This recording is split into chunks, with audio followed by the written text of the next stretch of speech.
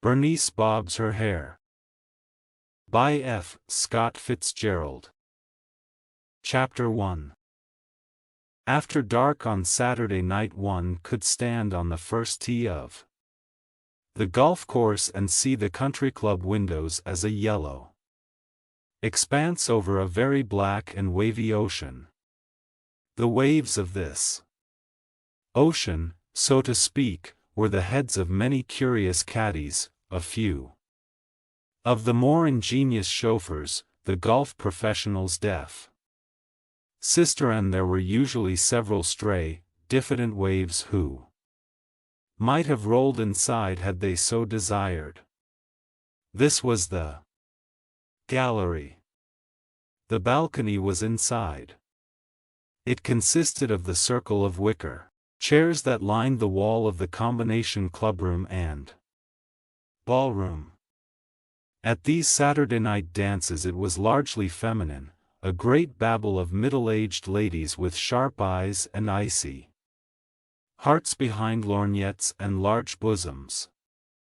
The main function of the balcony was critical. It occasionally showed grudging admiration, but never approval, for it is well known among ladies over 35 that when the younger set dance in the summertime it is with the very worst intentions in the world, and if they are not bombarded with stony eyes stray couples will dance weird barbaric interludes in the corners, and the more popular, more dangerous, girls will sometimes be kissed in the parked limousines of unsuspecting dowagers.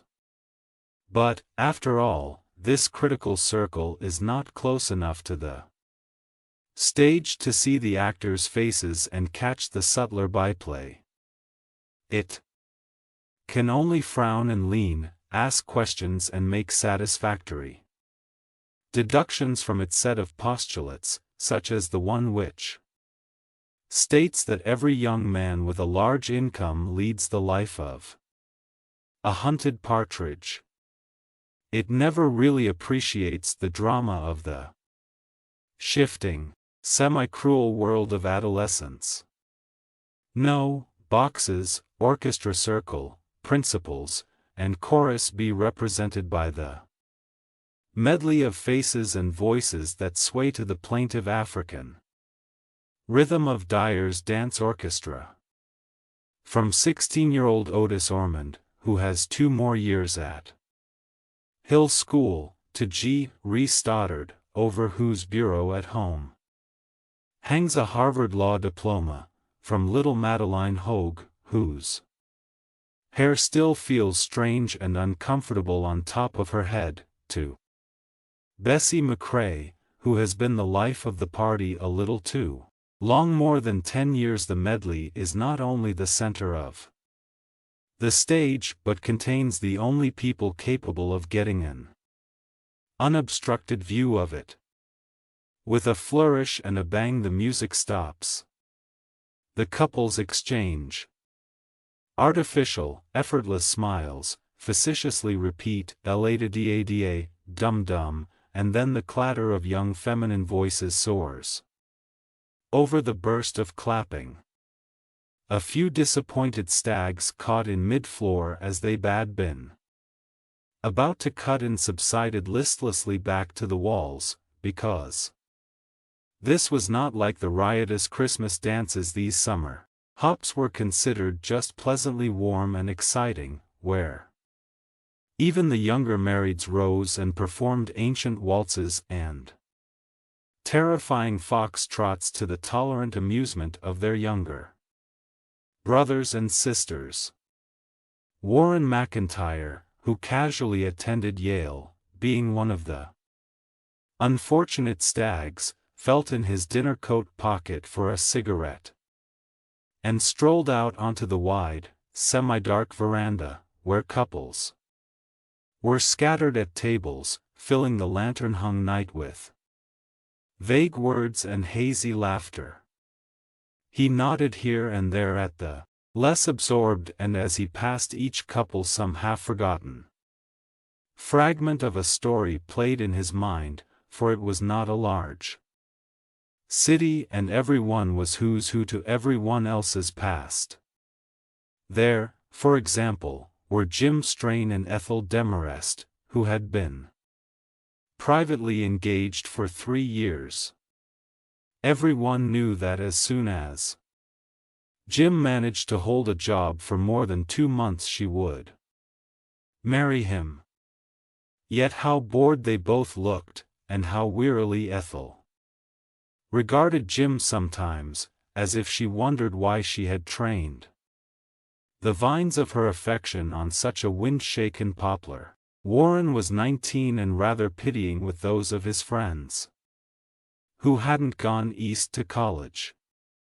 But, like most boys, he bragged tremendously about the girls of his city when he was away from it.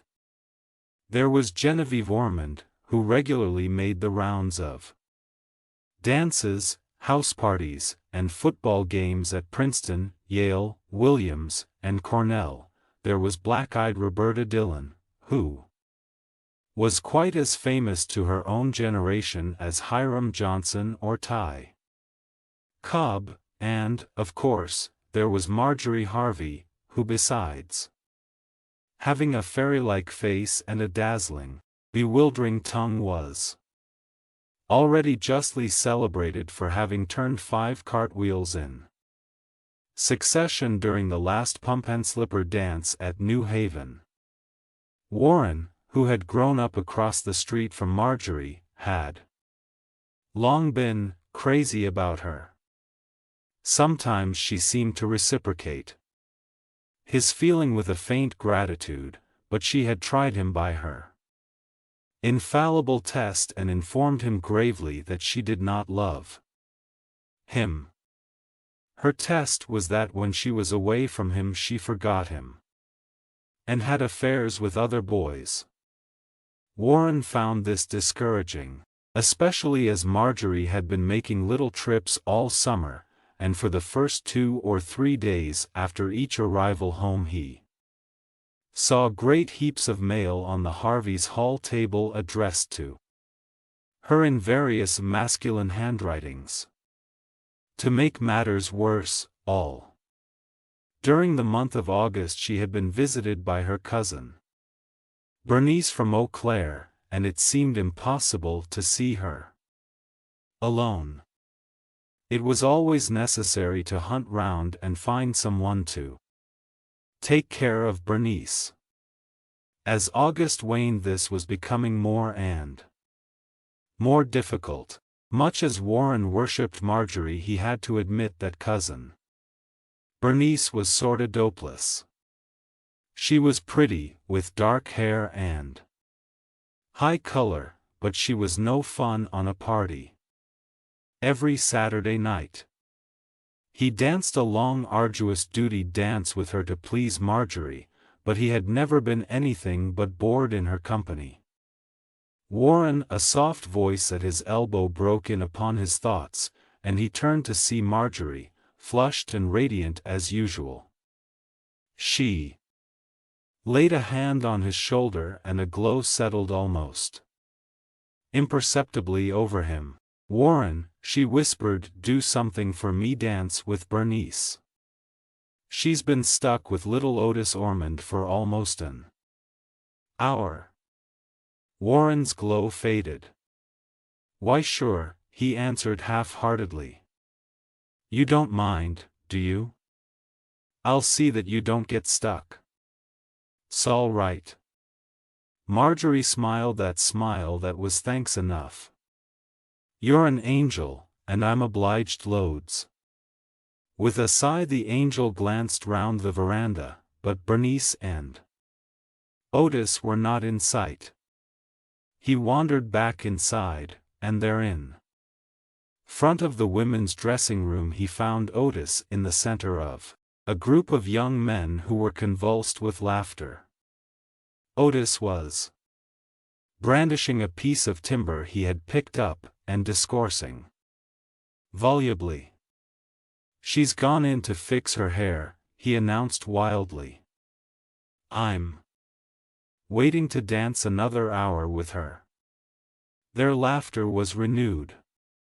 "Why don't some of you cut in?" cried Otis resentfully. "She likes more variety." "Why, Otis," suggested a friend, "you've just barely got used to her." "Why the 2x4, Otis?" inquired Warren, smiling. "The 2x4? Oh, this? This is a club. When she comes out, I'll hit her on the head and knock her in again." Warren collapsed on a settee and howled with glee. "Never mind, Otis," he articulated finally. "I'm relieving you. This time." Otis simulated a sudden fainting attack and handed the stick to Warren. "If you need it, old man," he said hoarsely.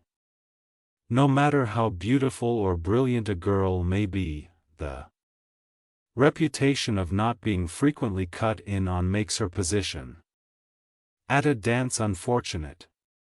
Perhaps boys prefer her company to that of the butterflies with whom they dance a dozen times but youth in this jazz-nourished generation is temperamentally restless, and the idea of fox-trotting more than one full fox trot with the same girl is distasteful, not to say odious.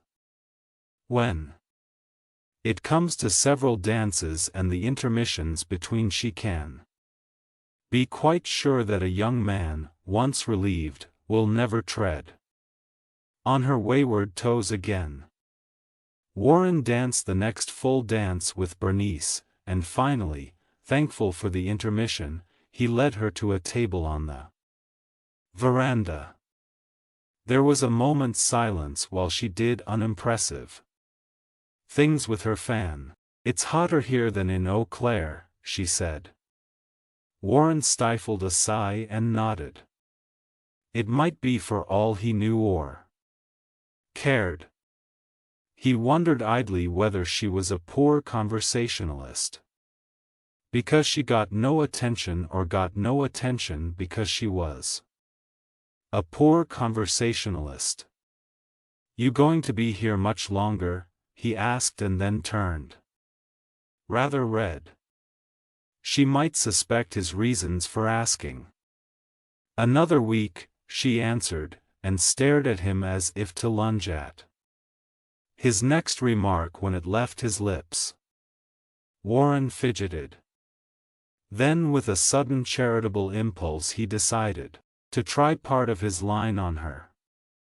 He turned and looked at her eyes. "You've got an awfully kissable mouth," he began quietly. This was a remark that he sometimes made to girls at college proms when they were talking in just such half-dark as this. Bernice distinctly jumped. She turned an ungraceful red and became clumsy with her fan. No one had ever made such a remark to her before. Fresh. The word had slipped out before she realized it, and she bit her lip. Too late she decided to be amused, and offered him a flustered smile. Warren was annoyed, though not accustomed to have that remark taken seriously. Still, it usually provoked a laugh or a paragraph of sentimental banter. And he hated to be called fresh, except in a joking way. His charitable impulse died and he switched the topic. Jim Strain and Ethel Demarest sitting out as usual, he commented. This was more in Bernice's line, but a faint regret mingled with her relief as the subject changed. Men did not talk to her about kissable mouths, but she knew that they talked in some such way to other girls. "Oh, yes," she said, and laughed. "I hear they've been mooning around for years without a red penny. Isn't it silly?" Warren's disgust increased. Jim Strain was a close friend of his brother's, and anyway he considered it bad form to sneer at people for not having money. But Bernice had had no intention of sneering. She was merely nervous. Chapter 2. When Marjorie and Bernice reached home at half after midnight, they said good night at the top of the stairs. Though cousins, they were not intimates. As a matter of fact, Marjorie had no female intimates. She considered girls stupid. Bernice, on the contrary, all through this parent-arranged visit had rather longed to exchange those confidences flavored with giggles and tears that she considered an indispensable factor in all feminine intercourse. But in this respect she found Marjorie rather cold, felt somehow the same difficulty in talking to her that she had in talking to men. Marjorie never giggled, was never frightened, seldom embarrassed, and in fact had very few of the qualities which Bernice considered appropriately and blessedly feminine. As Bernice busied herself with toothbrush and paste this night, she wondered for the 100th time why she never had any attention when she was away from home. That her family were the wealthiest in Eau Claire, that her mother entertained tremendously, gave little dinners for her daughter before all dances, and bought her a car of her own to drive round in, never occurred to her as factors in her hometown social success. Like most girls, she had been brought up on the warm milk prepared by Annie Fellows Johnston and on novels in which the female was beloved because of certain mysterious womanly qualities always mentioned but never displayed. Bernice felt a vague pain that she was not at present engaged in being popular. She did not know that had it not been for Marjorie's campaigning she would have danced the entire evening with one man, but she knew that even in Eau Claire other girls with less position and less pulchritude were given a much bigger rush. She attributed this to something subtly unscrupulous in those girls. It had never worried her, and if it had, her mother would have assured her that the other girls cheapened themselves, and that men really respected girls like Bernice. She turned out the light in her bathroom, and on an impulse decided to go in and chat for a moment with her Aunt Josephine, whose light was still on. Her soft slippers bore her noiselessly down the carpeted hall, but hearing voices inside she stopped near the partly opener's door.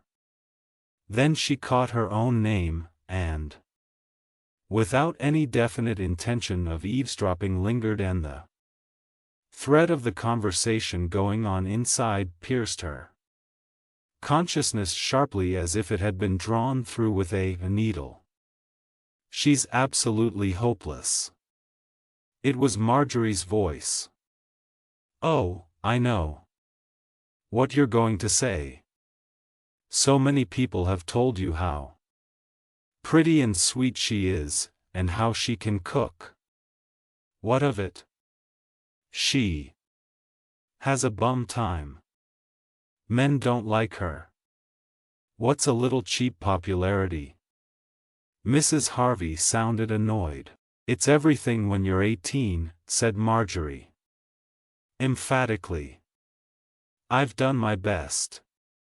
I've been polite and I've made men dance with her, but they just won't stand being bored.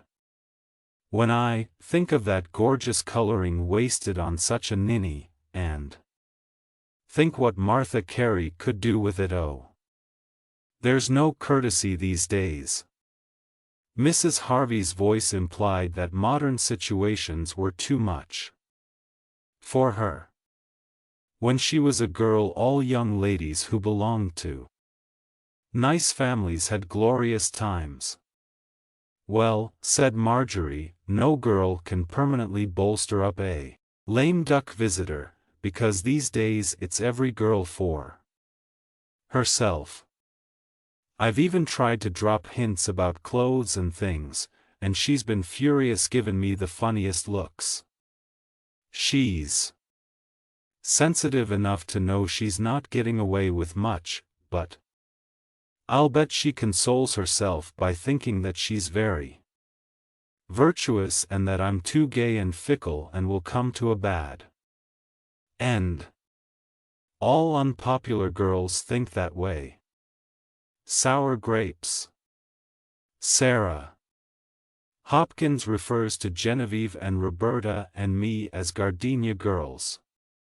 I'll bet she'd give 10 years of her life and her European education to be a gardenia girl and have 3 or 4 men in love with her and be cut in on every few feet at dances. It seems to me, interrupted Mrs. Harvey rather wearily, that you ought to be able to do something for Bernice. I know she's not very vivacious. Marjorie groaned. Vivacious? Good grief. I've never heard her say anything to a boy except that it's hot or the floor's crowded or that she's going to school in New York next year. Sometimes she asks them what kind of car they have and tells them the kind she has. Thrilling. There was a short silence and then Mrs. Harvey took up her refrain. All I know is that other girls not half so sweet and attractive get partners.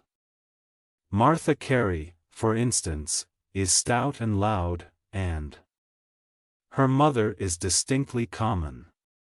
Roberta Dillon is so thin this year that she looks as though Arizona were the place for her. She's dancing herself to death. But, mother, objected Marjorie impatiently, Martha is cheerful and awfully witty and an awfully slick girl, and Roberta's a marvelous dancer. She's been popular for ages. Mrs. Harvey yawned. I think it's that crazy Indian blood in Bernice, continued Marjorie. Maybe she's a reversion to type. Indian women all just sat round and never said anything. Go to bed, you silly child, laughed Mrs. Harvey. I wouldn't have told you that if I'd thought you were going to remember it. And I think most of your ideas are perfectly idiotic, she finished sleepily. There was another silence, while Marjorie considered whether or not convincing her mother was worth the trouble. People over 40 can seldom be permanently convinced of anything. At 18 our convictions are hills from which we look, at 45 they are caves in which we hide. Having decided this, Marjorie said good night. When she came out into the hall it was quite empty. Chapter 3. While Marjorie was breakfasting late next day, Bernice came into the room with a rather formal good morning, sat down opposite, stared intently over and slightly moistened her lips. What's on your mind? Inquired Marjorie, rather puzzled. Bernice paused before she threw her hand grenade. I heard what you said about me to your mother last night. Marjorie was startled, but she showed only a faintly heightened color and her voice was quite even when she spoke. Where were you? In the hall. I didn't mean to listen at first. After an involuntary look of contempt, Marjorie dropped her eyes and became very interested in balancing a stray cornflake on her finger. I guess I'd better go back to Eau Claire if I'm such a nuisance. Bernice's lower lip was trembling violently and she continued on a wavering note, "I've tried to be nice, Ann. I've been first neglected and then insulted. No one ever visited me and got such treatment." Marjorie was silent. "But I'm in the way, I see. I'm a drag on you. Your friends don't like me." She paused, and then remembered another one of her grievances. "Of course I was furious last week when you tried to hint to me that that dress was unbecoming. Don't you think I know how to dress myself?" "No," murmured less than half aloud. "What?" "I didn't hint anything," said Marjorie succinctly. "I said, as I remember, that it was better to wear a becoming dress 3 times straight than to alternate it with 2 frights. Do you think that was a very nice thing to say?" "I wasn't trying to be nice." Then after a pause, "When do you want to go?" Bernice drew in her breath sharply. "Oh." It was a little half-cry. Marjorie looked up in surprise. "Didn't you say you were going?" "Yes, but—" "Oh, you were only bluffing." They stared at each other across the breakfast table for a moment. Misty waves were passing before Bernice's eyes, while Marjorie's face wore that rather hard expression that she used when slightly intoxicated undergraduates were making love to her. "So you were bluffing," she repeated as if it were what she might have expected. Bernice admitted it by bursting into tears. Marjorie's eyes showed boredom. "You're my cousin," sobbed Bernice. "I'm Vivi visiting you. I was to stay a month, and if I go home my mother will know and she'll wonder." Marjorie waited until the shower of broken words collapsed into little sniffles.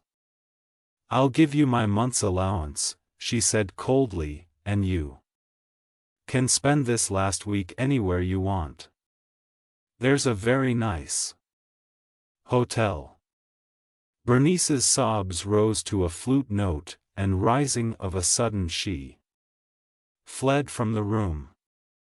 An hour later, while Marjorie was in the library absorbed in composing one of those noncommittal marvelously elusive letters that only a young girl can write, Bernice reappeared, very red-eyed, and consciously calm.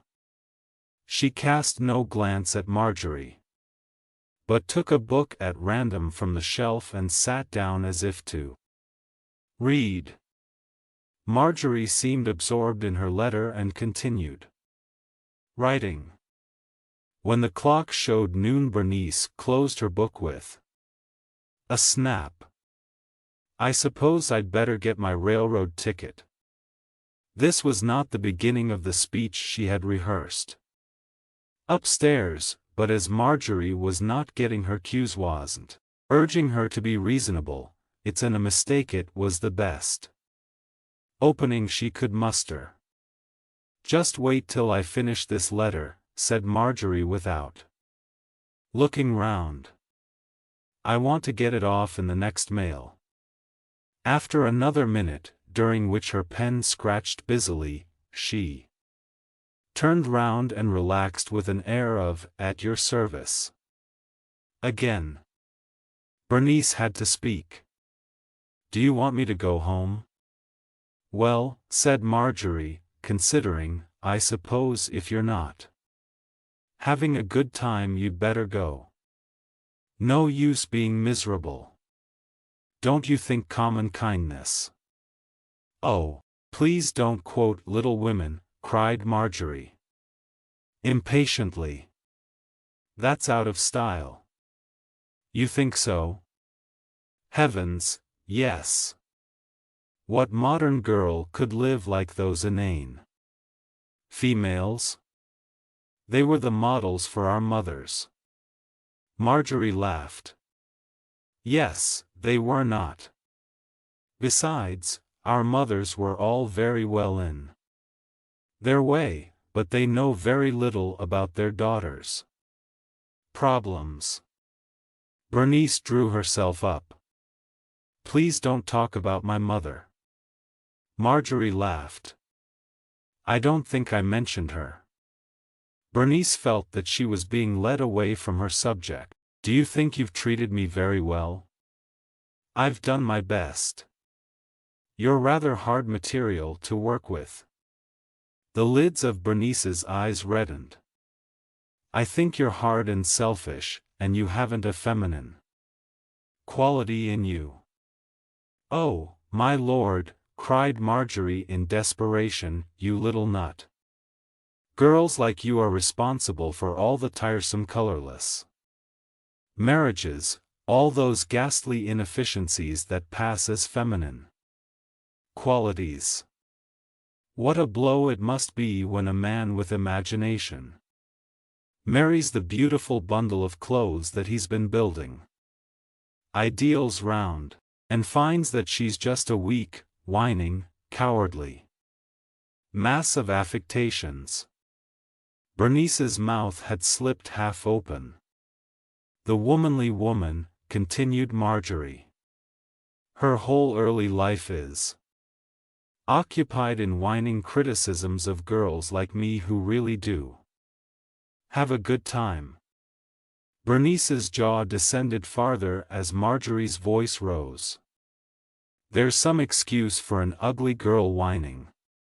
If I'd been irretrievably ugly, I'd never have forgiven my parents for bringing me into the world. But you're starting life without any handicap. Marjorie's little fist clenched. If you expect me to weep with you, you'll be disappointed.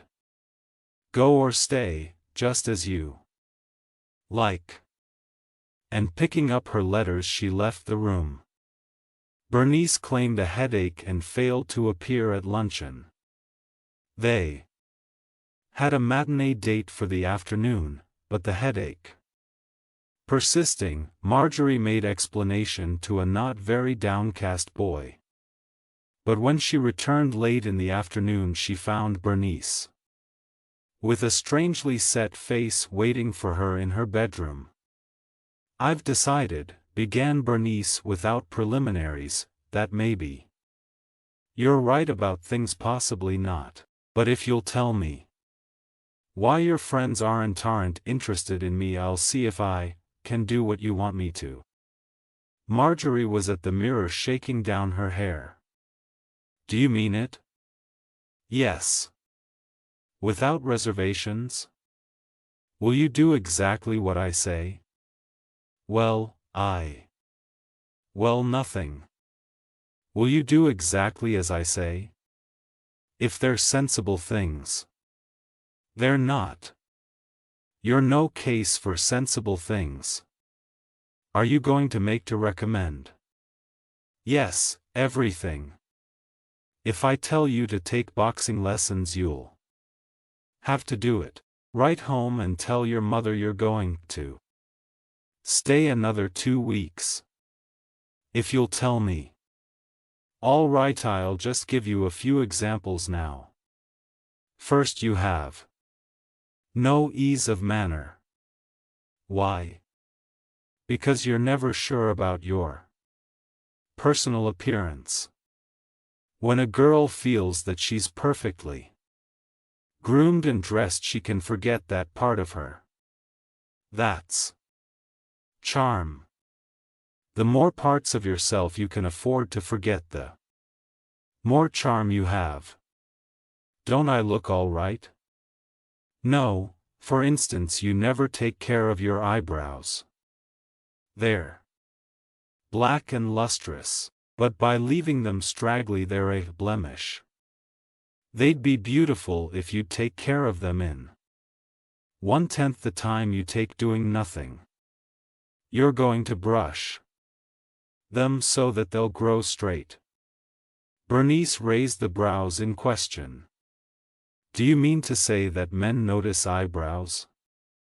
Yes, subconsciously. And when you go home you ought to have your teeth straightened a little. It's almost imperceptible, still. But I thought, interrupted Bernice in bewilderment, that you despised little dainty feminine things like that. I hate dainty minds, answered Marjorie. But a girl has to be dainty in person. If she looks like $1 million she can talk about Russia, ping pong, or the League of Nations and get away with it. What else? Oh, I'm just beginning. There's your dancing. Don't I dance all right? No, you don't. You lean on a man, yes, you do ever so slightly. I noticed it when we were dancing together yesterday. And you dance standing up straight instead of bending over a little. Probably some old lady on the sideline once told you that you looked so dignified that way. But except with a very small girl, it's much harder on the man, and he's the one that counts. Go on. Bernice's brain was reeling. Well, you've got to learn to be nice to men who are sad birds. You look as if you'd been insulted whenever you're thrown with any except the most popular boys. Why, Bernice, I'm cut in on every few feet, and who does most of it? Why, those very sad birds. No girl can afford to neglect them. They're the big part of any crowd. Young boys too shy to talk are the very best conversational practice. Clumsy boys are the best dancing practice. If you can follow them and yet look graceful, you can follow a baby tank across a barbed wire skyscraper. Bernice sighed profoundly, but Marjorie was not through. If you go to a dance and really amuse, say, 3 sad birds that dance with you, if you talk so well to them that they forget they're stuck with you, you've done something. They'll come back next time, and gradually so many sad birds will dance with you that the attractive boys will see there's no danger of being stuck. Then they'll dance with you. Yes, agreed Bernice faintly. I think I begin to see. And finally, concluded Marjorie, poise and charm will just come. You'll wake up some morning knowing you've attained it, and men will know it too. Bernice rose. It's been awfully kind of you, but nobody's ever talked to me like this before, and I feel sort of startled. Marjorie made no answer but gazed pensively at her own image in the mirror. You're a peach to help me, continued Bernice. Still Marjorie did not answer, and Bernice thought she had seemed too grateful. I know you don't like sentiment, she said timidly. Marjorie turned to her quickly. Oh, I wasn't thinking about that. I was considering whether we hadn't better bob your hair. Bernice collapsed backward upon the bed. Chapter 4. On the following Wednesday evening there was a dinner dance at the country club. When the guests strolled in, Bernice found her placard with a slight feeling of irritation. Though at her right sat G. Stoddard, a most desirable and distinguished young bachelor, the all-important left held only Charlie Paulson.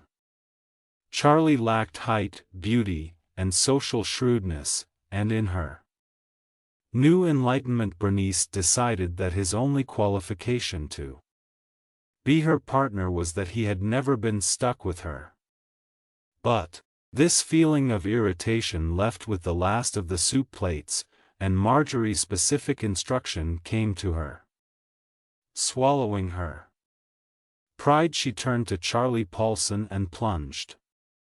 "Do you think I ought to bob my hair, Mr. Charlie Paulson?" Charlie looked up in surprise. "Why?" "Because I'm considering it. It's such a sure and easy way of attracting attention." Charlie smiled pleasantly. He could not know this had been rehearsed. He replied that he didn't know much about bobbed hair. But Bernice was there to tell him. "I want to be a society vampire, you see," she announced coolly, and went on to inform him that bobbed hair was the necessary prelude. She added that she wanted to ask his advice, because she had heard he was so critical about girls. Charlie, who knew as much about the psychology of women as he did of the mental states of Buddhist contemplatives, felt vaguely flattered. "So I've decided," she continued, her voice rising slightly, "that early next week I'm going down to the Severe Hotel barber shop, sit in the first chair, and get my hair bobbed." She faltered, noticing that the people near her had paused in their conversation and were listening, but after a confused second, Marjorie's coaching told, and she finished her paragraph to the vicinity at large. "Of course I'm charging admission, but if you'll all come down and encourage me, I'll issue passes for the inside seats."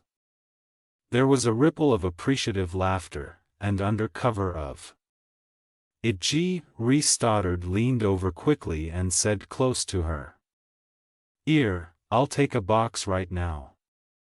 She met his eyes and smiled as if he had said something surprisingly brilliant.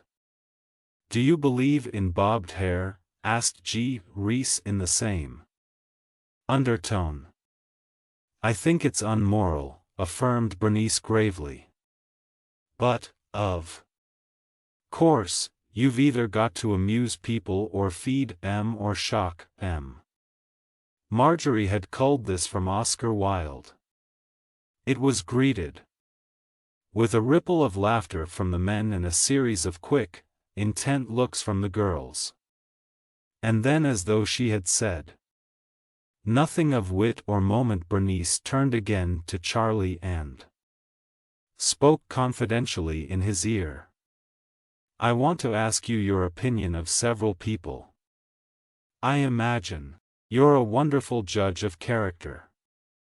Charlie, thrilled faintly, paid her a subtle compliment by overturning her water. 2 hours later, while Warren McIntyre was standing passively in the stag line, abstractedly watching the dancers and wondering whither and with whom Marjorie had disappeared, an unrelated perception began to creep slowly upon him, a perception that Bernice, cousin to Marjorie, had been cut in on several times in the past 5 minutes. He closed his eyes, opened them and looked again. Several minutes back she had been dancing with a visiting boy, a matter easily accounted for. A visiting boy would know no better. But now she was dancing with someone else, and there was Charlie Paulson headed for her with enthusiastic determination in his eye. Funny, Charlie seldom danced with more than 3 girls an evening. Warren was distinctly surprised when the exchange, having been effected, the man relieved proved to be none other than Reese Stoddard himself. And Reese seemed not at all jubilant at being relieved. Next time Bernice danced near, Warren regarded her intently. Yes, she was pretty, distinctly pretty, and tonight her face seemed really vivacious. She had that look that no woman, however histrionically proficient, can successfully counterfeit. She looked as if she were having a good time. He liked the way she had her hair arranged, wondered if it was brilliantine that made it glisten so. And that dress was becoming, a dark red that set off her shadowy eyes and high coloring. He remembered that he had thought her pretty when she first came to town, before he had realized that she was dull. Too bad she was dull girls unbearable, certainly pretty. Though his thoughts zigzagged back to Marjorie. This disappearance would be like other disappearances. When she reappeared he would demand where she had been, would be told emphatically that it was none of his business. What a pity she was so sure of him. She basked in the knowledge that no other girl in town interested him. She defied him to fall in love with Genevieve or Roberta. Warren sighed. The way to Marjorie's affections was a labyrinth. Indeed. He looked up. Bernice was again dancing with the visiting boy. Half unconsciously he took a step out from the stag line in her direction, and hesitated. Then he said to himself that it was charity. He walked toward her, collided suddenly with G. Reese Stoddard. "Pardon me," said Warren. But G. Reese had not stopped to apologize. He had again cut in on Bernice. That night at 1 o'clock Marjorie, with one hand on the electric light switch in the hall, turned to take a last look at Bernice's sparkling eyes. "So it worked?" "Oh, Marjorie, yes," cried Bernice. "I saw you were having a gay time." "I did. The only trouble was that about midnight I ran short of talk. I had to repeat myself, with different men of course. I hope they won't compare notes." "Men don't," said Marjorie, yawning, "and it wouldn't matter if they did. They'd think you were even trickier." She snapped out the light, and as they started up the stairs, Bernice grasped the banister thankfully. For the first time in her life she had been dance-tired.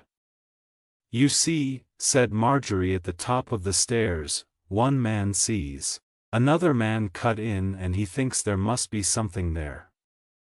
Well, we'll fix up some new stuff tomorrow. Good night." "Good night." As Bernice took down her hair she passed the evening before her in review. She had followed instructions exactly. Even when Charlie Paulson cut in for the 8th time she had simulated delight and had apparently been both interested and flattered. She had not talked about the weather or Eau Claire or automobiles or her school, but had confined her conversation to me, you, and us. But a few minutes before she fell asleep a rebellious thought was churning drowsily in her brain. After all, it was she who had done it. Marjorie, to be sure, had given her her conversation, but then Marjorie got much of her conversation out of things she read. Bernice had bought the red dress, though she had never valued it highly before Marjorie dug it out of her trunk and her own voice had said the words, her own lips had smiled, her own feet had danced. Marjorie, nice girl, vain, though nice. Evening nice boys like Warren, what's his name Warren? She fell asleep. Chapter 5. To Bernice the next week was a revelation.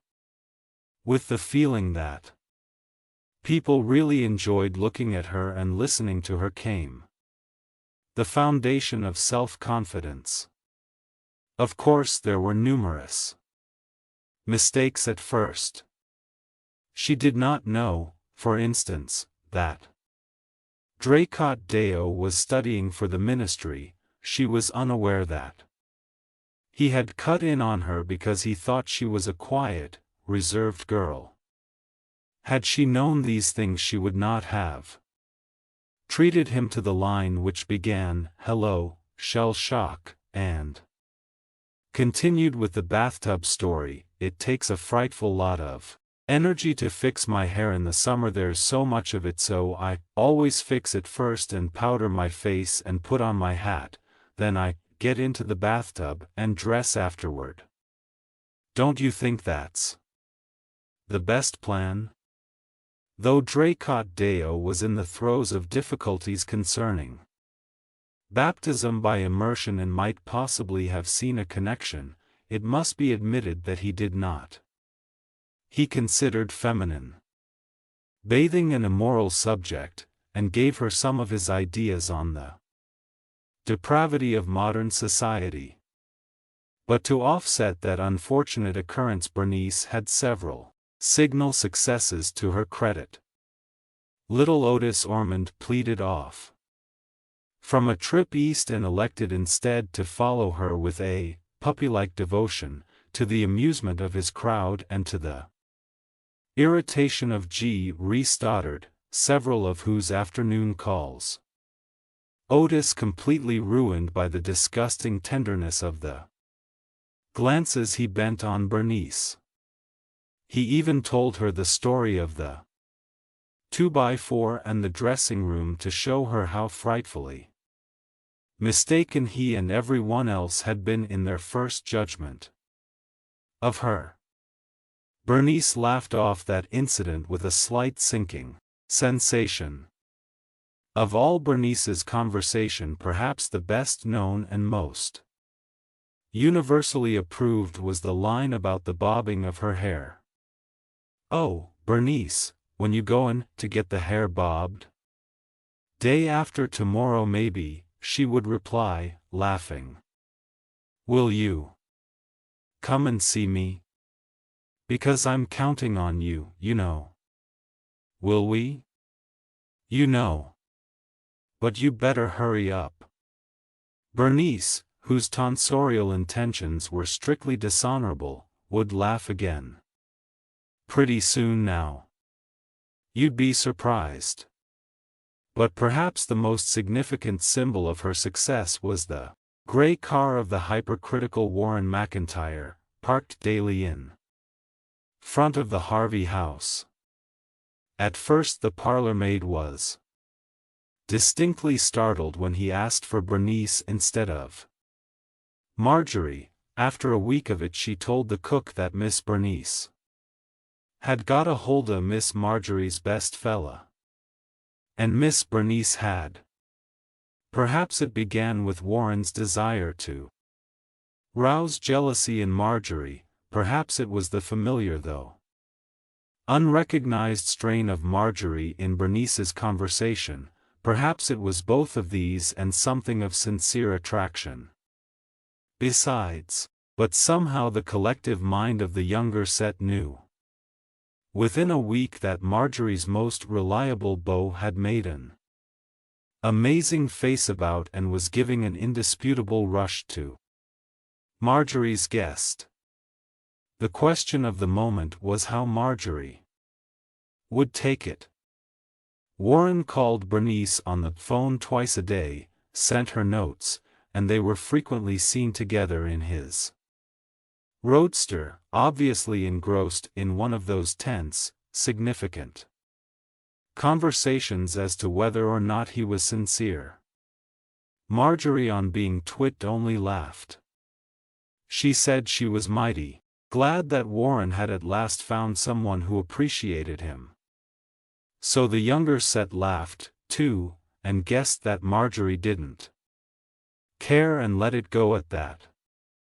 One afternoon, when there were only 3 days left of her visit, Bernice was waiting in the hall for Warren, with whom she was going to a bridge party. She was in rather a blissful mood, and when Marjorie, also bound for the party, appeared beside her and began casually to adjust her hat in the mirror, Bernice was utterly unprepared for anything in the nature of a clash. Marjorie did her work very coldly and succinctly in 3 sentences. "You may as well get Warren out of your head," she said coldly. "What?" Bernice was utterly astounded. "You may as well stop making a fool of yourself over Warren McIntyre. He doesn't care a snap of his fingers about you." For a tense moment they regarded each other, Marjorie scornful, aloof, Bernice astounded, half angry, half afraid. Then 2 cars drove up in front of the house and there was a riotous honking. Both of them gasped faintly, turned, and side by side hurried out. All through the bridge party Bernice strove in vain to master a rising uneasiness. She had offended Marjorie, the sphinx of sphinxes, with the most wholesome and innocent intentions in the world. She had stolen Marjorie's property. She felt suddenly and horribly guilty. After the bridge game, when they sat in an informal circle and the conversation became general, the storm gradually broke. Little Otis Ormond inadvertently precipitated it. "When you going back to kindergarten, Otis?" someone had asked. "Me? Day Bernice gets her hair bobbed. "Then your education's over," said Marjorie quickly. "That's only a bluff of hers. I should think you'd have realized that a fact," demanded Otis, giving Bernice a reproachful glance. Bernice's ears burned as she tried to think up an effectual comeback. In the face of this direct attack her imagination was paralyzed. "There's a lot of bluffs in the world," continued Marjorie quite pleasantly. "I should think you'd be young enough to know that, Otis." "Well," said Otis, "maybe so. But gee, with a line like Bernice's." "Really?" yawned Marjorie. "What's her latest bon mot?" No one seemed to know. In fact, Bernice, having trifled with her muse's beau, had said nothing memorable of late. "Was that really all a line?" asked Roberta curiously. Bernice hesitated. She felt that wit in some form was demanded of her, but under her cousin's suddenly frigid eyes she was completely incapacitated. "I don't know," she stalled. "Splush," said Marjorie. "Admit it." Bernice saw that Warren's eyes had left a ukulele he had been tinkering with and were fixed on her questioningly. "Oh, I don't know," she repeated steadily. Her cheeks were glowing. "Splush," remarked Marjorie again. "Come through, Bernice," urged Otis. "Tell her where to get off." Bernice looked round again. She seemed unable to get away from Warren's eyes. "I like bobbed hair," she said hurriedly, as if he had asked her a question, "and I intend to bob mine." "When?" demanded Marjorie. "Any time." "No time like the present," suggested Roberta. Otis jumped to his feet. "Good stuff," he cried. "We'll have a summer bobbing party." "Severe Hotel Barbershop, I think you said." In an instant all were on their feet. Bernice's heart throbbed violently. "What?" she gasped. Out of the group came Marjorie's voice, very clear and contemptuous. "Don't worry, she'll back out." "Come on, Bernice," cried Otis, starting toward the door. For eyes Warren's and Marjorie's stared at her, challenged her, defied her. For another second she wavered wildly. "All right," she said swiftly, "I don't care if I do." An eternity of minutes later, riding downtown through the late afternoon beside Warren, the others following in Roberta's car. Close behind, Bernice had all the sensations of Marie Antoinette, bound for the guillotine in a tumbril. Vaguely she wondered why she did not cry out that it was all a mistake. It was all she could do to keep from clutching her hair with both bands to protect it from the suddenly hostile world. Yet she did neither. Even the thought of her mother was no deterrent now. This was the test supreme of her sportsmanship, her right to walk unchallenged in the starry heaven of popular girls. Warren was moodily silent, and when they came to the hotel he drew up at the curb and nodded to Bernice to precede him out. Roberta's car emptied a laughing crowd into the shop, which presented two bold plate-glass windows to the street. Bernice stood on the curb and looked at the sign, "Severe Barber Shop." It was a guillotine indeed, and the hangman was the first barber, who, attired in a white coat and smoking a cigarette, leaned nonchalantly against the first chair. He must have heard of her. He must have been waiting all week, smoking eternal cigarettes beside that portentous, too often mentioned first chair. Would they blindfold her? No, but they would tie a white cloth round her neck lest any of her blood-nonsense hair should get on her clothes. "All right, Bernice," said Warren quickly. With her chin in the air she crossed the sidewalk, pushed open the swinging screen door, and giving not a glance to the uproarious, riotous row that occupied the waiting bench, went up to the fat barber. "I want you to bob my hair." The first barber's mouth slid somewhat open. His cigarette dropped to the floor. "Huh, my hair, bob it." Refusing further preliminaries, Bernice took her seat on high. A man in the chair next to her turned on his side and gave her a glance, half lather, half amazement. One barber started and spoiled little Willie Schoenman's monthly haircut. Mr. O'Reilly in the last chair grunted and swore musically in ancient Gaelic as a razor bit into his cheek.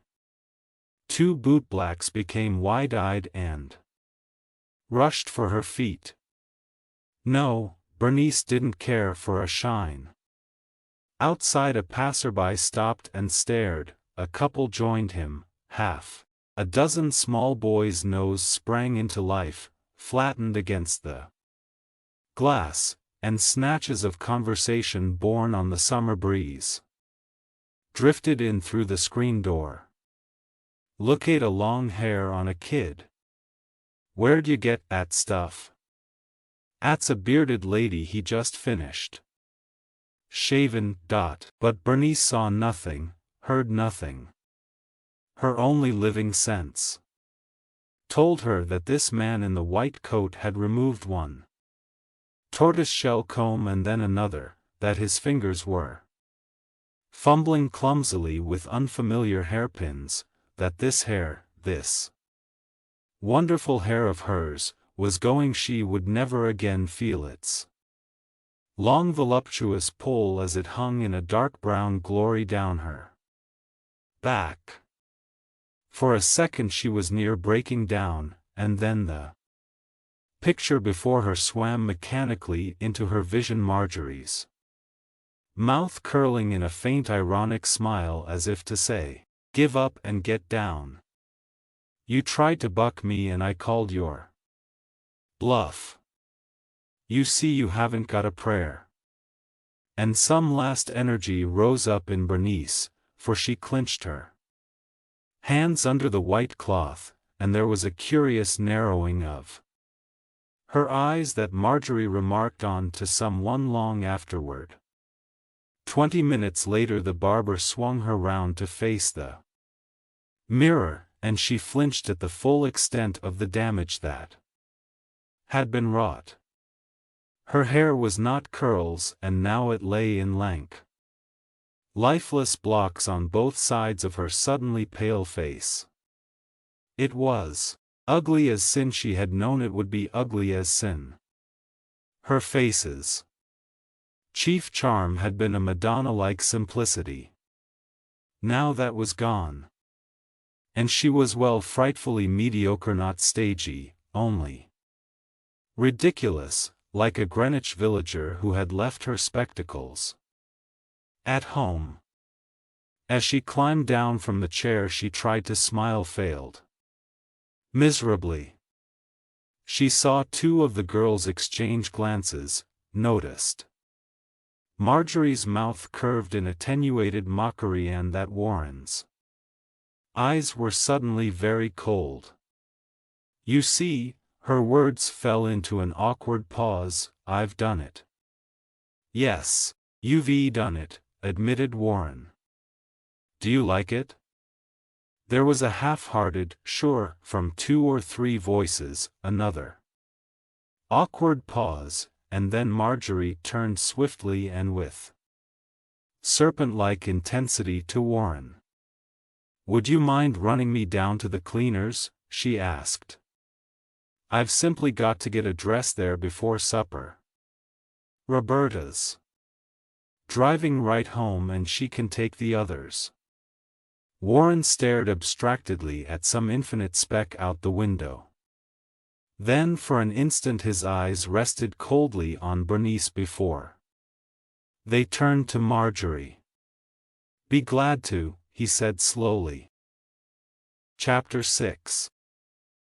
Bernice did not fully realize the outrageous trap that had been set for her until she met her aunt's amazed glance just before dinner. "Why, Bernice, I've bobbed it, Aunt Josephine." "Why, child? Do you like it?" "Why, Bernice, I suppose I've shocked you." "No, but what'll Mrs. Deo think tomorrow night?" "Bernice, you should have waited until after the Deo's dance. You should have waited if you wanted to do that. It was sudden, Aunt Josephine. Anyway, why does it matter to Mrs. Deo particularly?" "Why, child," cried Mrs. Harvey, in her paper on "The Foibles of the Younger Generation" that she read at the last meeting of the Thursday Club, she devoted 15 minutes to bobbed hair. "It's her pet abomination. And the dance is for you and Marjorie." "I'm sorry." "Oh, Bernice, what'll your mother say?" "She'll think I let you do it." "I'm sorry." Dinner was an agony.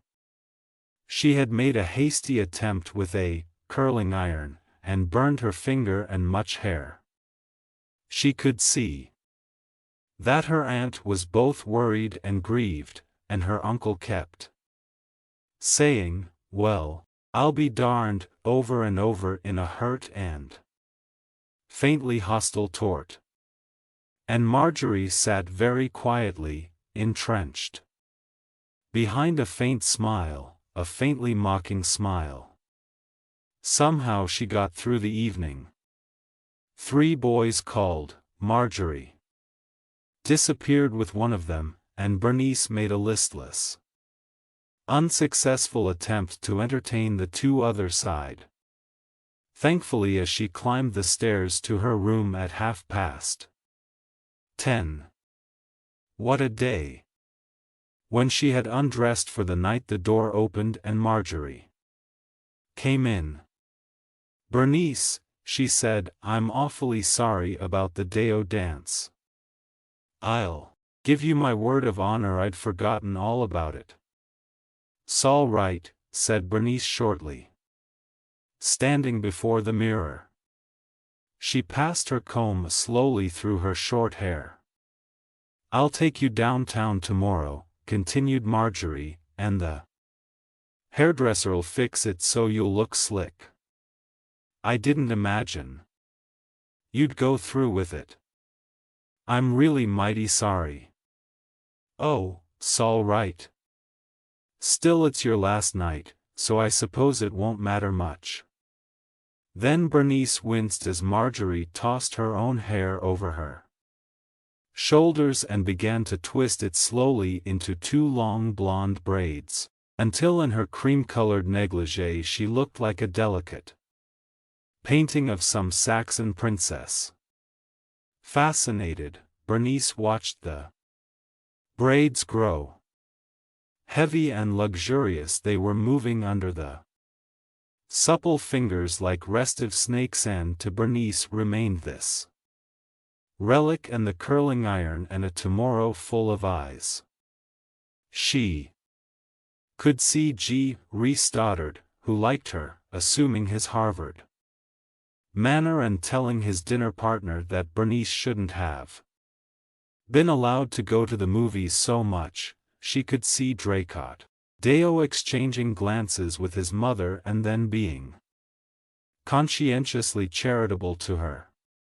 But then perhaps by tomorrow Mrs. Deo would have heard the news, would send round an icy little note requesting that she fail to appear, and behind her back they would all laugh and know that Marjorie had made a fool of her, that her chance at beauty had been sacrificed to the jealous whim of a selfish girl. She sat down suddenly before the mirror, biting the inside of her cheek. "I like it," she said with an effort. "I think it'll be becoming." Marjorie smiled. "It looks all right. For heaven's sake, don't let it worry you." "I won't. Good night, Bernice." But as the door closed, something snapped within Bernice. She sprang dynamically to her feet, clenching her hands, then swiftly and noiseless crossed over to her bed and from underneath it dragged out her suitcase. Into it she tossed toilet articles and a change of clothing. Then she turned to her trunk and quickly dumped in 2 drawerfuls of lingerie and stammer dresses. She moved quietly, but deadly efficiency, and in 3/4 of an hour her trunk was locked and strapped and she was fully dressed in a becoming new traveling suit that Marjorie had helped her pick out. Sitting down at her desk, she wrote a short note to Mrs. Harvey, in which she briefly outlined her reasons for going. She sealed it, addressed it, and laid it on her pillow. She glanced at her watch. The train left at 1, and she knew that if she walked down to the Marlborough Hotel 2 blocks away she could easily get a taxicab. Suddenly she drew in her breath sharply and an expression flashed into her eyes that a practiced character reader might have connected vaguely with the set look she had worn in the barber's chair, somehow a development of it. It was quite a new look for Bernice, and it carried consequences. She went stealthily to the bureau, picked up an article that lay there, and turning out all the lights stood quietly until her eyes became accustomed to the darkness. Softly she pushed open the door to Marjorie's room. She heard the quiet, even breathing of an untroubled conscience asleep. She was by the bedside now, very deliberate and calm. She acted swiftly.